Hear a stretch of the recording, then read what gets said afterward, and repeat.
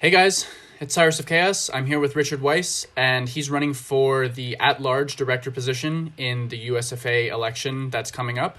So I'm going to let him introduce himself and talk about why he's running and some of his initiatives if he were to become elected.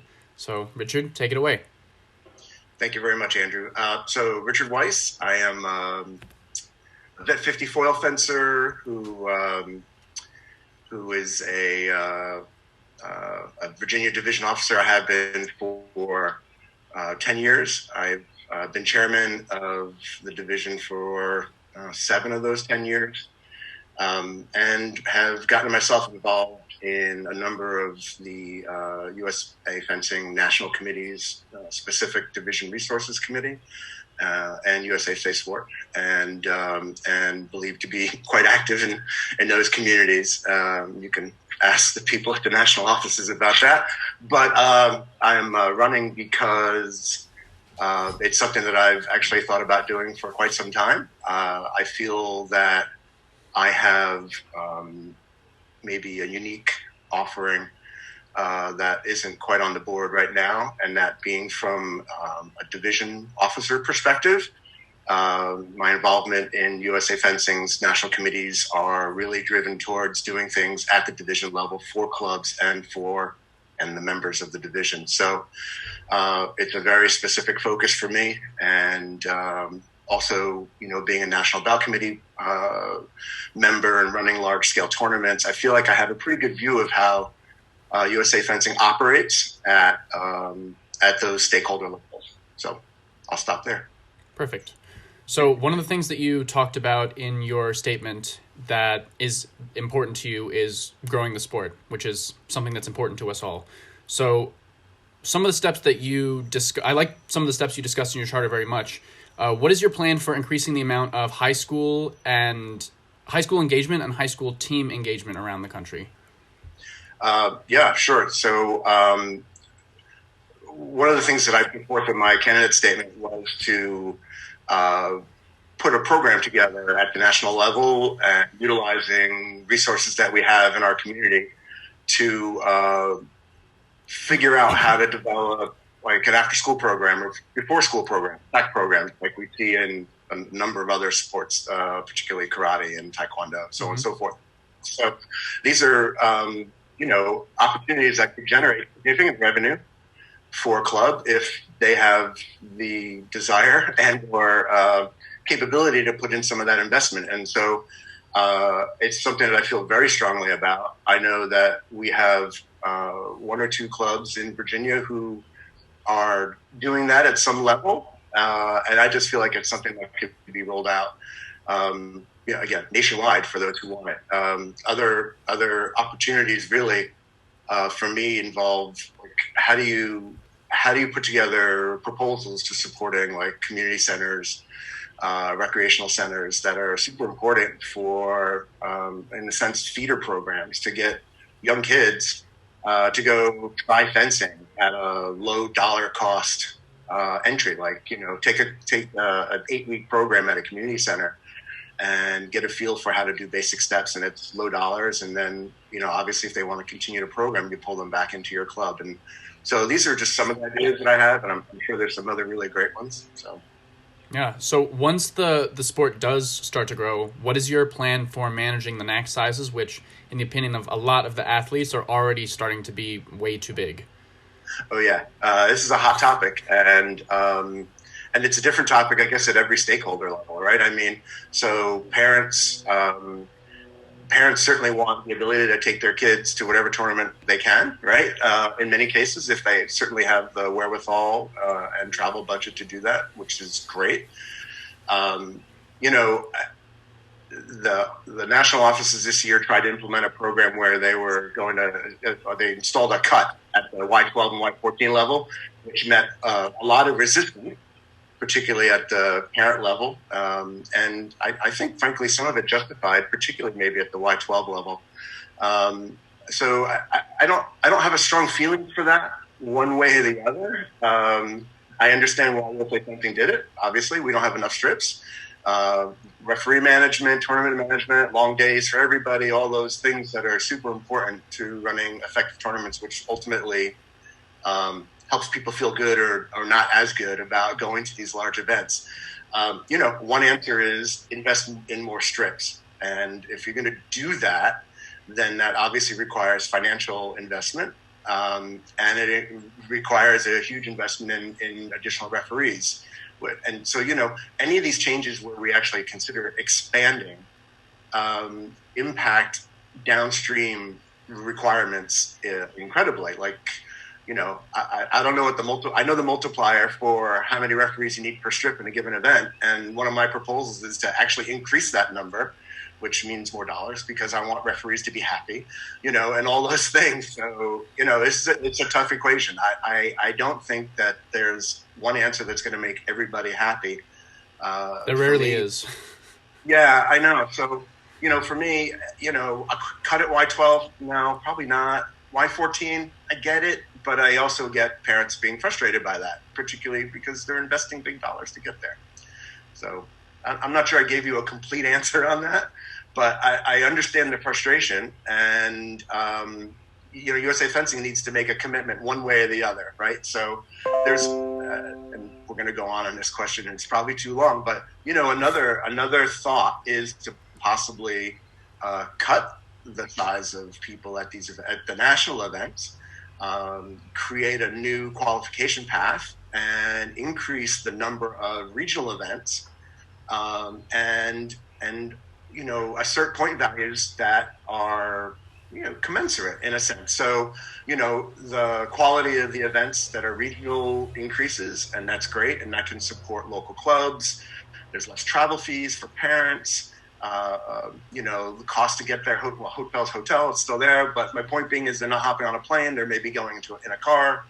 And that certainly benefits the clubs in those regions. So, I would be 100% for a system like that. And I'll stop there. Yeah, I think that, especially the last part of the answer, makes a lot of sense, because if fencing sees the tripling or the quadrupling of growth, or even more that we hope it will, there's no way that buying more strips or hiring more referees can compensate for that amount of growth. And right. Pushing it down to a local level is better, like you said, for reducing costs for parents and fencers, and travel time and long hours of referees. So I mean, we don't want to triple flight saber events, and the goal should be to eliminate flighting saber events, right? I mean, I think that's the answer in the long run. Yeah. So, but to your point that requires more, because I think that's going to be a USA Fencing driven initiative, not just kind of having the tournament committee create, assign the JRCCs, whatever events. These may need to be events where there are actual USA Fencing staff doing the bid work and all those good things. So that would be the direction I would like to go. Great. So one of the things that we talked about during that answer, and that you mentioned in your charter, is referee development and retention. And so two of the problems with this that you mentioned in your charter are that referees have to endure really long hours and constant abuse from the coaches. And I personally, in the past, have sometimes decided to go to a college meet instead of a NAC because it's a lot less work, it's a lot less abuse, and I'm getting paid a comparable amount for one day than I would for all 5 days of commitment at the NAC. So talk about some of the things, other than potentially improving the pay for the referees at the NACs, that you would change to improve the conditions for refs at these tournaments and help them stay instead of moving on to something else. Yeah, so I'll talk about the referee piece first, and I'll kind of edge on Safe Sport because I think we kind of get into that a bit too, especially specifically if we're talking about abuse. So my feeling is that, and I wrote it in my statement, that that we can't have referees working 12, 14-hour days just because they're really good, right?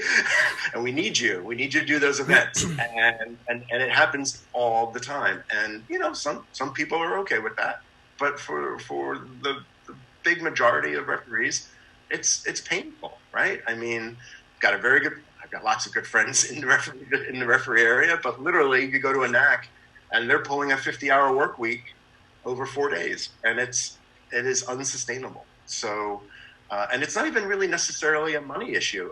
I think at the end of the day, referees want to be with other referees. It's their group, right? It's I don't know what the right word is, but posse, but it's not. But you know what I'm saying. It's like they're there because they get to. It's a learning situation for referees, and you don't get the same conversation with referees unless you're in person. So anyway, to me, I want to increase the ratio between the number of referees that you utilize for a given strip. It's a metric that USA Fencing utilizes. I know that adds dollars to the budget, but at the end of the day, we need to remember who our stakeholders are, and those are fencers and parents, and obviously referees who make up a big portion of it. I think this ultimately gets down into how we develop our referees as well. Some of that because there are certain NACs. Obviously, we want to utilize the NAC environment to do better training, to give them exposure to these scenarios nationally. But, as we talked about in the prior question, perhaps that gets better resolved at these regional events where they really get that experience. So, I think that's good for now. Yeah. Yeah. So one of the other things that you just mentioned was your involvement in Safe Sport, which I think in concept is a great idea, but in execution, I have found that there are a couple of problems with it. So I've noticed that the attitude is guilty until proven innocent sometimes. And I have a close friend who was absolutely crucified by Safe Sport a few seasons ago. For an entire season, he was kept from entering a club or from competing in any event. He was held from competing on the world championship team, and then without any sort of apology or explanation, had every sanction lifted off of him. Right. And then on the other side of that, I personally know people who have filed Safe Sport complaints against people who have sexually assaulted them at these tournaments, but those people are still continuously in the venue. And I've been asked by people to walk them from the NAC back to their hotel because they don't feel safe by themselves. So again, in practice, it's a great idea, but the execution seems to be a little bit off. So what are some of the things that you would try to change about it to address both of those problems? Yeah, so thanks. And excuse me, I appreciate you picking up where I forgot to mention before with the referees. So Safe Sports, it was the number one issue I listed. That's not by chance. I am incredibly passionate about it. Although I've only been on the committee for 2 years, I feel like I've done a lot of work on that committee. It's something that's near and dear to my heart. I have family members that have been assaulted, have gone through these processes. I have 2 daughters, and God forbid. So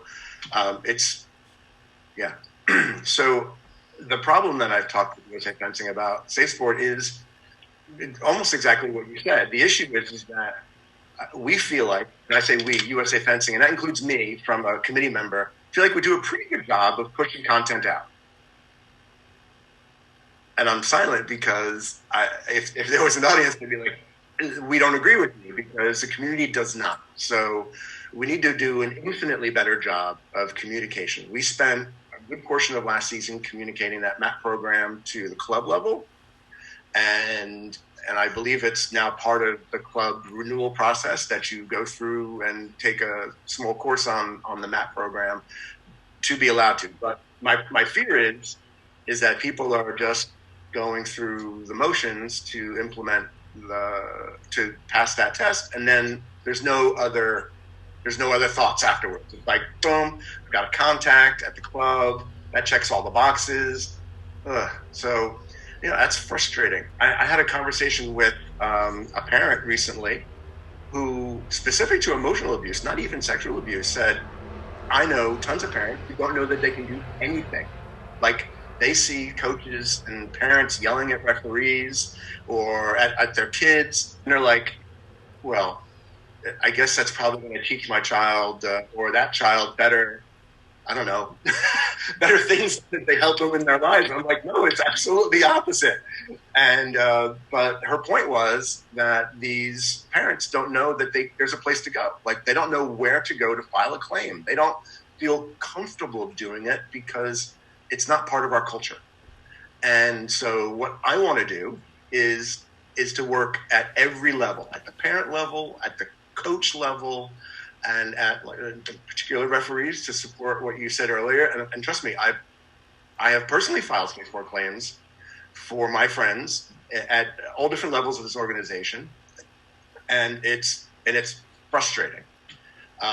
So we've got to increase visibility. We need to we need to implement stuff and like pound it into the system. Like, if you know, at every level, and I'm hesitating because it's such a passionate thing for me.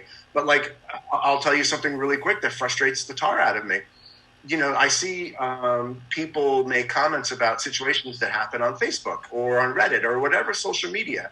And I'll just use referees, and it's not just referees, but there's parents that talk, and I saw this and this and this and that. I'm like, you are, like, if I see a referee or a division officer or somebody make a comment, I'm like, you are a mandatory reporter. Why have you not filed a claim? Like, if you've seen this, why haven't you? If in a given scenario, if 15 people witness a referee getting touched, right, and there's not one safe sport claim filed, like, how does that help the system? Mm-hmm. So everybody's got to take it more seriously, and I know that there's not a lot of faith at the referee and at the parent level, or even knowledge of it, and that's what we got to do. It's education nonstop, and we literally have to hit people almost every push that USA Fencing makes. Something about safe sport. I mean, and again, I'm rambling about this. I could go on for an hour about this topic. You know, I think a lot of people don't even know that most of the directives that come from USA Fencing Safe Sport don't come from USA Fencing Safe Sport. They come from the U.S. Center for Safe Sport. Right. It's a federal organization. It's a mandate. So and they don't care how quickly, like, they don't care the timeline required to get something pushed down. You have to do it by a certain date, or you lose funding, or you're being held in bad status, and it's bothersome. So I'm not saying that to make USA Fencing look better. I frankly think CZ does a really pretty good job. The problem is people don't know what we're doing, and so we need to over communicate. We need to do this frequently and have checks in place so that we can gauge with our membership, like, how are we doing? You know, metrics are so tough because it's safe sport. These are confidential issues. You know, you're not going to know the resolve on a lot of these. I'm just tired of hearing people upset with what happens when a claim goes off and they're not satisfied. Right. And so it's going to take everybody's help, but we've got to do a better job of communicating to our membership. And at the end of the day, honestly, there's no reason why we can't be a better organization than any other non-government body, and lead the way, honestly, to go to the U.S. Center for Safe Sport and be like, this is what we're doing. We think you should do this across the board for every NGB. Great. So sorry for the rant. Yeah, it's okay. So let's talk about the USFA's roles and priorities in the sport. So one of them I would say is growing the sport. Another is promoting it, and the last one is consistently achieving competitive excellence, especially on the high levels. So how would you try to balance those things in the tight economy that we have right now because of the pandemic, and in the period of recovery afterwards? This is a question that I thought about most when you and I talked about doing this, because it's going to be very tough. for the next 6-8 months minimum as an organization, and obviously down to the club level and our coaches. And I feel, terrible about what it's doing to people. And I know that clubs will most likely go away, and it's going to break my heart.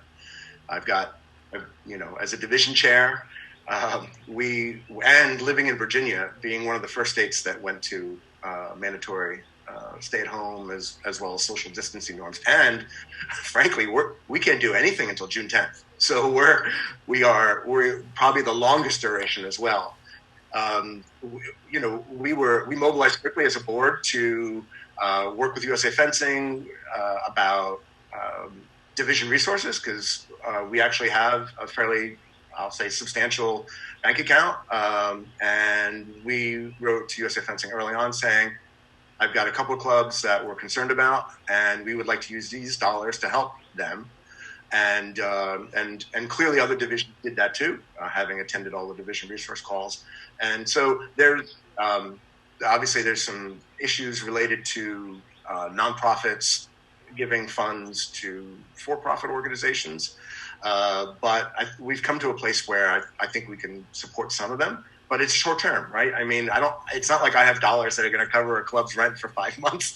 We don't. And it wouldn't be fair to do that for one and not everybody. But anyway, U.S. Fencing needs to focus on minimizing the drop in membership. When dues come around in August, we need to market we've got to market incredibly well to our membership and say, hey, you know what's happening here. And if you are financially able to re-up your membership now, we could certainly use the dollars. I mean, I know that USA Fencing has come up with a line of credit, and that's going to help a bit. But the tough question is ultimately, when can we as an organization face normalcy, and what does that look like? And so, I know why USA Fencing is pushing hard to run summer nationals, and they probably should. I am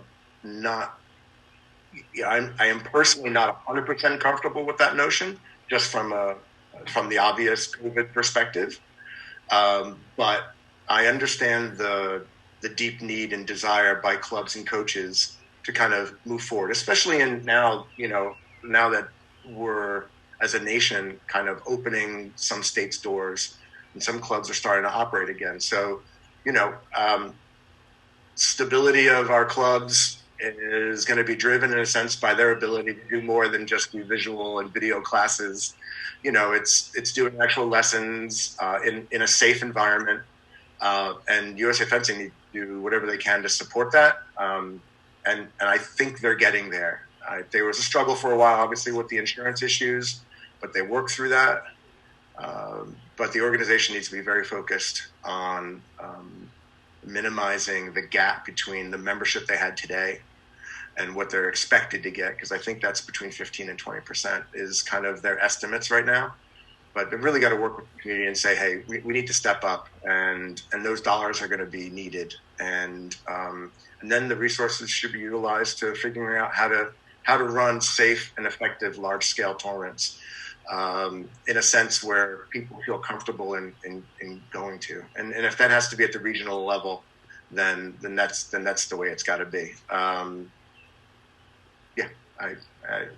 It's, again, all of your questions were fantastic, because I think we could talk for so long about them.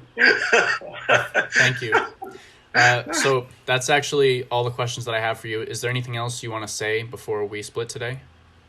The only thing I tell everyone is that I appreciate you listening to me. Do not hesitate to email me or send a question. I have a Facebook page. I can't even tell you what it is right now, but if you just search Richard Weiss, for USA Fencing Board, you'll find me. And it'll also be in the video description. So you're awesome. Cool. Other than that, please vote for me or for not for me. It's fine, but it's super important that everybody listens to every candidate's views, and if they resonate with one or more of them, vote for them at both levels, at the presidency and at the member at large. And Andrew, I really appreciate your time. Thank you for doing this. Yeah, thank you for taking the time to meet with me, and good luck in the election. Thank you so much.